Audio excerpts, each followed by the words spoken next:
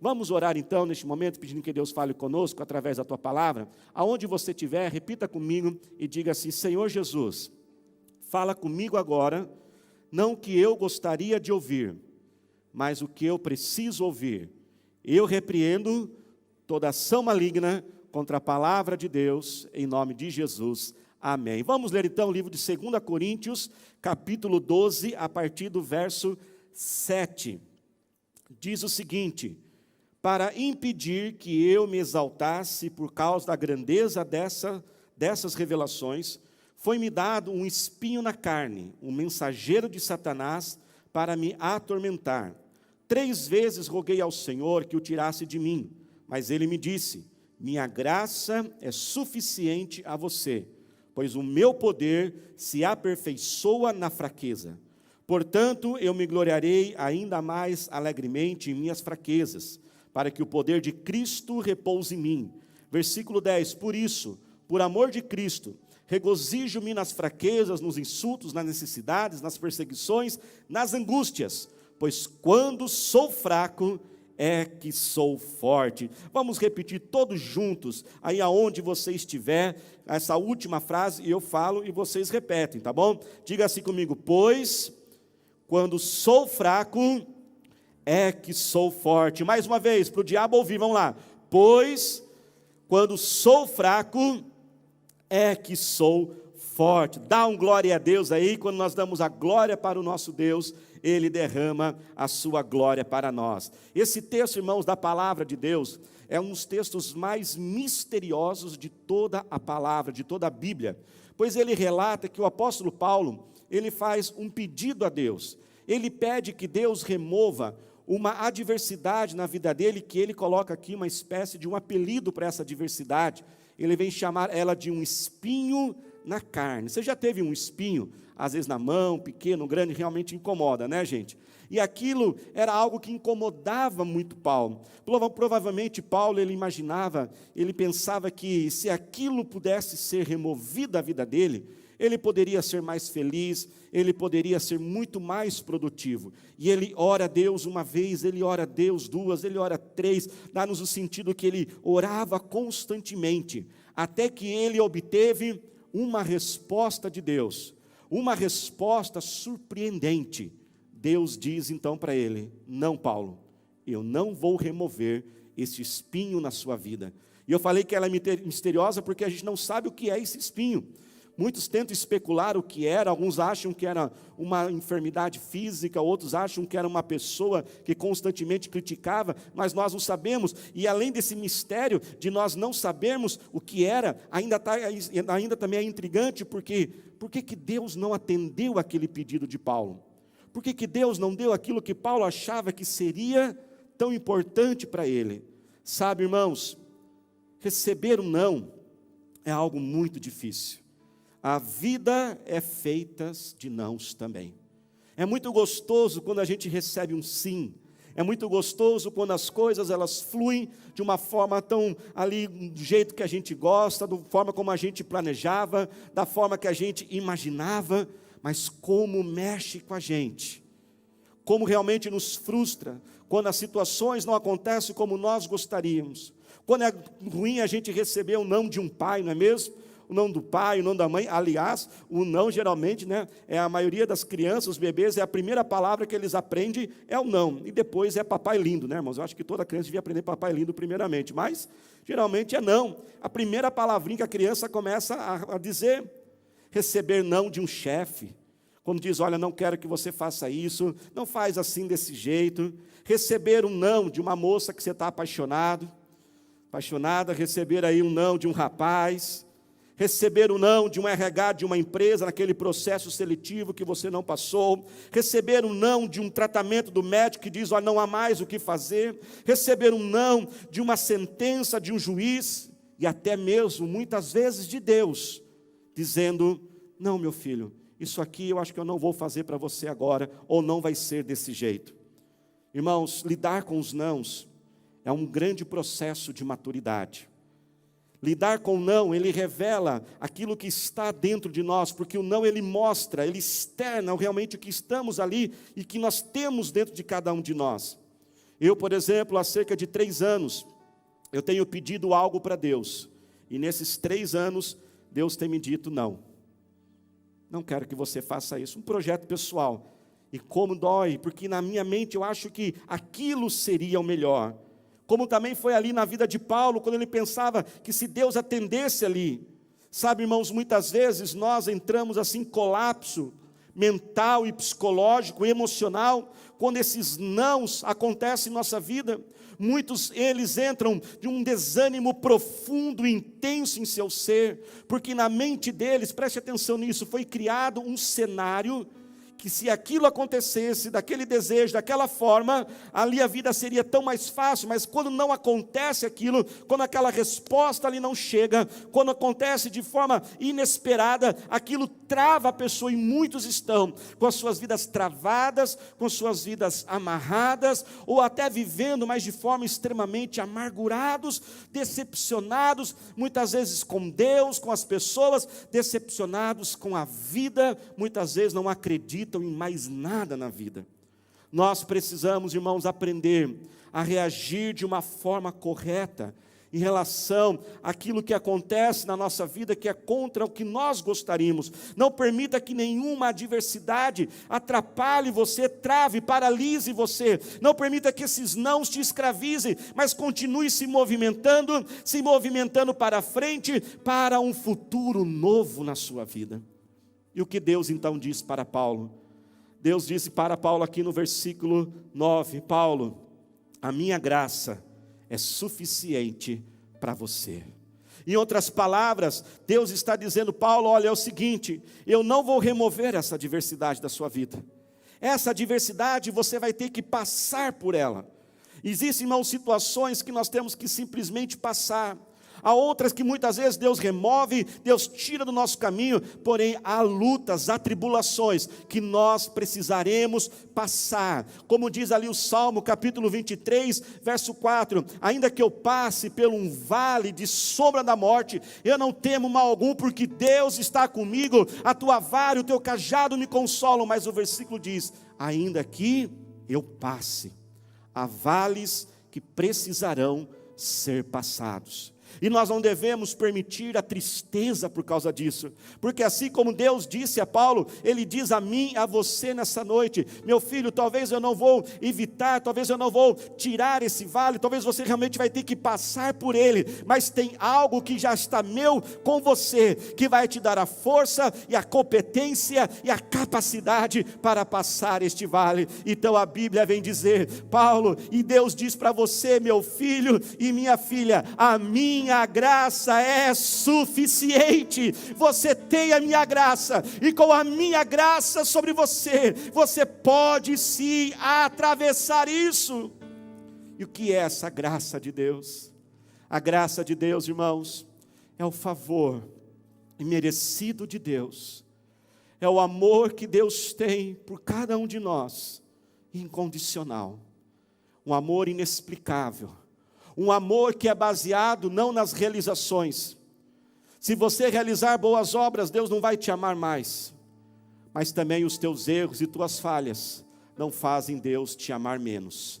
Deus continua te amando do mesmo jeito. Deus continua apaixonado por você, porque a graça é este amor, é esse cuidado de Deus por nós, baseado simplesmente pela nossa existência, porque somos filhos e filhas de Deus.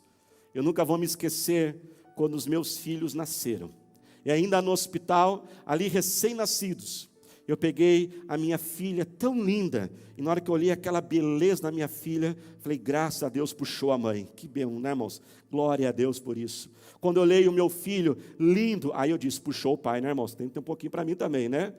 Mas quando eu olhei ali a Keren e o Eliote, e segurei eles pela primeira vez, nunca vou esquecer isso, e eu olhava para eles e pensava, como eu amo tanto eles, como sou apaixonado por eles.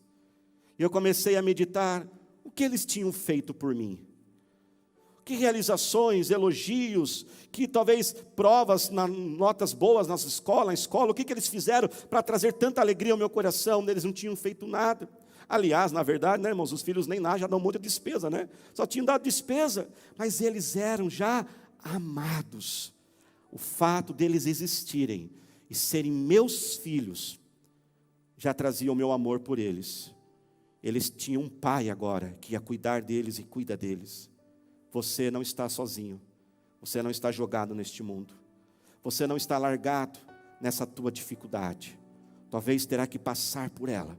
Talvez Deus permitirá, como Paulo chamou, um espinho na carne. Esse espinho muitas vezes pode ser uma pessoa. Tomara que não seja alguém pertinho de você agora aí, né? Mas às vezes é alguém no trabalho, alguém no vizinho, alguma coisa. Sabe, irmãos, Provérbios 27:17 diz: assim como o ferro afia o ferro, o homem afia o seu companheiro. Sabe que muitas vezes Deus permite pessoas perto de você, que às vezes te irritam, que às vezes assim te incomodam, mas sabe por que Deus permite? Porque essa pessoa te melhora e te aperfeiçoa. Então Deus está ali usando ela para fazer você crescer, e muitas vezes você está orando: Deus, porque Deus, Senhor, não envia essa pessoa para o outro lado do mundo? Deus fala assim: não, eu vou deixar ela um pouquinho aí. Deus, Ele está cuidando de você. E com este amor, com esse carinho, com esse Pai presente, poderoso que você tem, você pode sim e vai atravessar essa tribulação, porque Ele está com você todos os dias da sua vida. Ele nos prometeu: eis que estou contigo, Ele está conosco. Essa graça do Senhor é suficiente para cada um de nós. Será que você pode dar um glória a Deus aí onde você estiver? Mas no mesmo versículo diz: esta graça, Paulo, é suficiente, pois o meu poder se aperfeiçoa na fraqueza. Irmãos, quando nós reagimos de uma forma correta, não somente essa graça, este amor, esse cuidado de Deus que está junto conosco para atravessarmos, está ali somente isso, não, mas junto com esta graça, a Bíblia também vem nos dizer que há um poder do Senhor. O nosso Deus é o Deus poderoso, Criador do céu e da terra. Como diz Lucas 1:37, nada é impossível para Deus.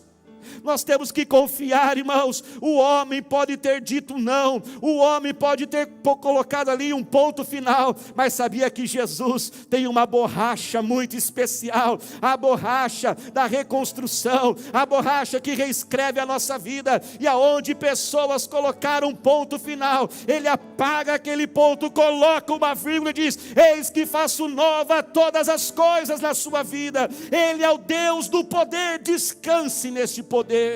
O homem disse não, o homem disse que você é errado, o homem disse que você é humilhado, o homem disse que você é culpado. A palavra de Deus diz que o poder de Deus se aperfeiçoa na fraqueza, e como o sol de meio-dia, Ele resplandecerá a sua luz e provará a sua inocência para todos. Alguém talvez bateu em teu carro, e você está aí todo desanimado, e a pessoa disse: eu não vou pagar este conserto, e você ficou tão triste, tão desesperado. Para que isso, meu irmão? Se aquela pessoa disse: não, eu não vou pagar você tem um Pai que é o dono do universo, o dono do ouro e da prata, e pode fazer todas as coisas em nossas vidas. Talvez você está aí chorando por quem não te quer. Pare, querida irmã, pare, querido irmão, pare, jovem, adolescente. Você não precisa ficar chorando por quem não te quer. Deus é capaz de reescrever a tua história, e isso é bíblico. Você sabia disso? A palavra de Deus nos diz que Jesus disse aos discípulos: vocês vão de 2 em 2 pregando o evangelho nas cidades. Se vocês chegarem numa cidade e aquela cidade rejeitar vocês, tira o pó dos pés e vai pregar em outra cidade. Você não pode dizer, você não pode ficar com a tua vida amarrada nesta pessoa, porque a tua esperança é o Senhor. Ele está contigo, e Ele tem o poder para consertar, Ele tem o poder para trazer a vitória. Um cliente disse não, uma proposta foi negada. Talvez você ache que você não pode mais viver e continuar dessa forma. O Senhor é o provedor de toda a necessidade. Nós temos sim a sua graça, mas também temos junto conosco o poder do Senhor, que conserta, que repara, que restaura, que liberta, que transforma, que cura e traz vida aonde existe morte. E Paulo, ele compreendeu isso. Então, quando ele ouve Deus dizendo: não, Paulo, olha, isso aqui eu não vou remover não, você vai ter que aguentar esse espinho.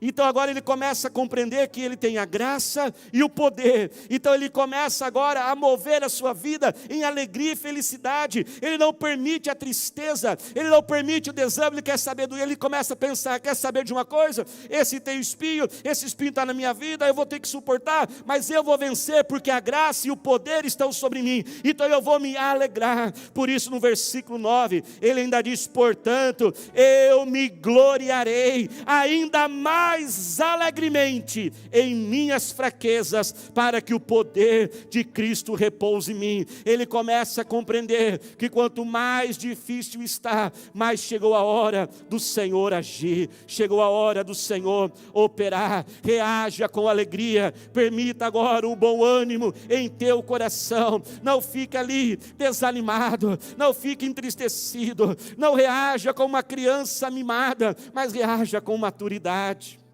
Você já viu criança mimada quando recebe não? Criança mimada quando recebe não, já viu? Ela rola no chão e ela esperneia, né? Você vai no supermercado, ele quer aquilo, fala: não vou comprar, e reage: não, ei irmãos, para com isso. Será que hoje nós não temos que arrepender, não? Se arrepender? Tem gente que, quando as coisas não acontecem como ele imaginava, já fica tudo emburradinho. Eu não vou orar mais. E faz igual assim. Eu também não vou mais. Não sei o que adianta fazer isso? O que adianta ofertar? O que adianta fazer a campanha? Não sei o que. Deus, cadê o Senhor? Deus, você me esqueceu. Ei, para com esse negócio. Paulo não reagiu dessa forma. Ele ouviu ali, Deus falou: olha, não vai ser desse jeito, não, Paulo. Mas ele reage com alegria. E não somente, irmãos, nós reagimos com alegria, mas vamos alegrar os outros também. Porque, irmãos, que tem de gente que gosta de pôr os outros para baixo. Eu fico lendo essa história de Paulo, eu fico imaginando se fossem os dias atuais, com algumas pessoas. Algumas pessoas já iam começar assim: Paulo, acho que você tem um pecado aí, hein? Paulo, você fez uma coisa muito errada, que Deus está furioso com você.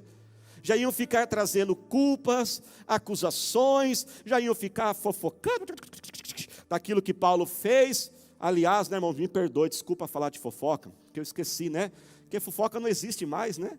Porque nos dias modernos que a gente está vivendo, pós-modernos, não existe mais fofoca. Agora as pessoas não fofocam mais. Agora as pessoas só relatam os fatos, né? Não, eu só estou relatando, fofoca ainda existe, viu? Se você está muito fofoqueirinho aí, vamos parar com esse negócio aí.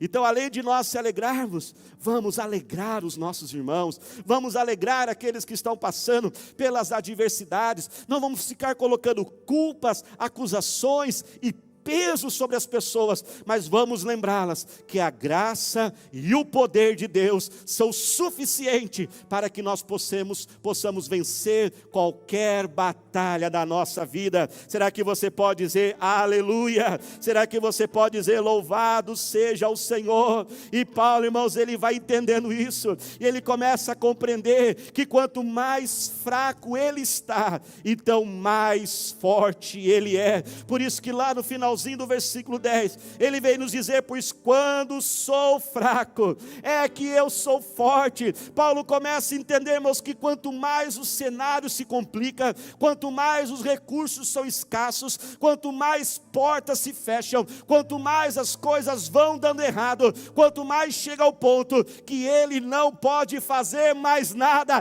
chegou a hora de Deus fazer, chegou a hora de Deus realizar. Por isso, se você está sem força, se você está fraco, não há mais o que falar, não há mais o que dizer, não há mais para quem pedir ajuda. Chegou a hora do Senhor agir. Que nesta noite você possa levantar-se na presença do Senhor e dizer: Senhor, sim, eu sou fraco, mas quando eu sou fraco, é aí que eu sou forte. Paulo, irmãos, ele entende que as batalhas, as lutas levam ele para mais perto de Deus, que a luta de hoje é o testemunho de amanhã, a dor de hoje é a cura de amanhã, a adversidade hoje é a experiência profunda que ele terá com Deus. Por isso ele se alegra, ele se anima, ele diz: eu me alegro nas minhas tribulações, porque eu sei que está chegando a hora de Deus agir de forma sobrenatural. Ele confia, ele descansa na soberania de Deus. Nós lemos do versículo 7 ao versículo 10, e quando nós lemos, nos dá a sensação que a conclusão está no versículo 10, mas a conclusão da história, irmãos, na verdade, está lá no comecinho do versículo 7. Volte comigo à tua Bíblia e leia e preste atenção. Olha o que diz o seguinte: para impedir que eu me exaltasse por causa da grandeza dessas revelações, foi-me dado um espinho na carne, um mensageiro de Satanás, para me atormentar. Você entendeu o que ele diz aqui? Para impedir que eu me exaltasse. Ele começa a compreender, e eu quero declarar que Deus também te dará entendimento em todas as coisas. 2 Timóteo 2 diz que o Senhor nos dará esse entendimento, Ele nos dará respostas. Ele diz: espera aí, agora eu estou entendendo, por que Deus permitiu esse espinho na minha vida? Por que Deus não removeu essa adversidade? Paulo começa a compreender, ele começa a enxergar as coisas, porque agora passou, porque quando nós entendemos e nós lemos os versículos, nós temos que entender que eles foram escritos depois que os eventos ocorreram. Então Paulo ele começou com a conclusão dizendo: agora eu sei por que eu passei isso e porque Deus não tirou isso da minha vida. Mas no momento ele não entende, como talvez você e eu não estejamos entendendo o que estamos passando, mas descansamos na soberania de Deus. Então Paulo fala: espera aí, tinha um propósito. O objetivo de tudo isso era para que eu não ficasse orgulhoso, porque se aquela adversidade fosse tirada, eu teria uma grande tentação me tornar orgulhoso, soberbo, vaidoso, pelas revelações, porque Paulo recebeu as revelações mais profundas de Deus. Então sabe o que ele começa a entender? Presta atenção nisso, que aquele espinho não estava prejudicando ele, aquele espinho estava melhorando e aperfeiçoando ele. Então, igreja, muitas vezes Deus diz não, Deus fecha uma porta, Deus não permite que as coisas às vezes não aconteçam como nós gostaríamos, não porque Ele é mau, não porque Ele quer ver a gente sofrendo, é porque Ele tem um plano lá na frente, e aquilo que naquele momento parece que está nos prejudicando, na verdade, está direcionando a rota e a direção da nossa vida. Quantos nãos eu já levei de Deus, quantas portas que Deus permitiu não abrir, e eu pensava que aquilo estava me prejudicando, mas lá na frente eu percebi, era Deus trabalhando na minha vida. Quantos irmãos eu já percebi, acompanhando como pastor muitos anos as pessoas, às vezes vem aquele desemprego, parece algo tão terrível, pensamos por que Deus permite isso, mas Deus estava mudando a rota daquela pessoa. Recentemente um irmão compartilhou um testemunho comigo, na nossa igreja. Ele tinha um processo na justiça há mais de 10 anos, e inúmeras vezes ele sempre foi ganhando o processo nas instâncias, e sempre chegava a hora daquele processo ser finalizado, e ele receber ali aquele valor daquela indenização, e nunca dava certo. 10 anos, não foram 10 dias, 10 anos. E esses dias ele me procurou, ele falou: pastor, no meio desta pandemia, onde tudo está parado, bagunçado, as coisas estão todas confusas, o processo saiu, pastor, e eu recebi o dinheiro. E ali conversando com ele, nós começamos a imaginar e falamos: e se tivesse saído o dinheiro antes? Deus guardou o dinheiro para a hora certa. Deus sabe do que? Está cuidando de você. É o seu Pai, Ele tem a graça dEle, Ele tem o poder dEle, Ele vai revelar, você vai entender, os teus olhos irão se abrir. Por isso que nesta noite, que nesta mensagem, você possa se colocar com alegria na presença do nosso Deus. Eu convido você a se colocar de pé neste momento. E sabe do que? Se render a Ele. Não permita o desânimo invadir teu coração, porque algo não saiu como você gostaria. Não permita que algo venha travar e te paralisar. A graça do Senhor é suficiente. Nós não precisamos de mais nada. Muitas vezes nós pensamos e dizemos: Deus, por que o Senhor me fez desse jeito? Talvez você gostaria de ser diferente, ter algumas características de personalidade diferente. E às vezes fala: Deus, por que o Senhor não me deu desse jeito? O Senhor não me deu isso que eu tanto queria? Deus te fez desse jeito, porque você é uma obra-prima de Deus, exclusiva do Senhor. E para o propósito e o plano dEle, foi desse jeitinho que Ele te fez. E Ele vai usar essas qualidades e também limitações, porque o texto diz que o poder dEle se aperfeiçoa nas nossas fraquezas. Eu convido você a orar. E a oração de hoje é uma oração simples, mas poderosa. A oração que diz: eu me rendo a Ti, Jesus. Eu me rendo a Ti. E me alegro, Senhor, apesar de tudo, Senhor, nessas tribulações, porque a Sua graça e o Seu poder é suficiente para mim.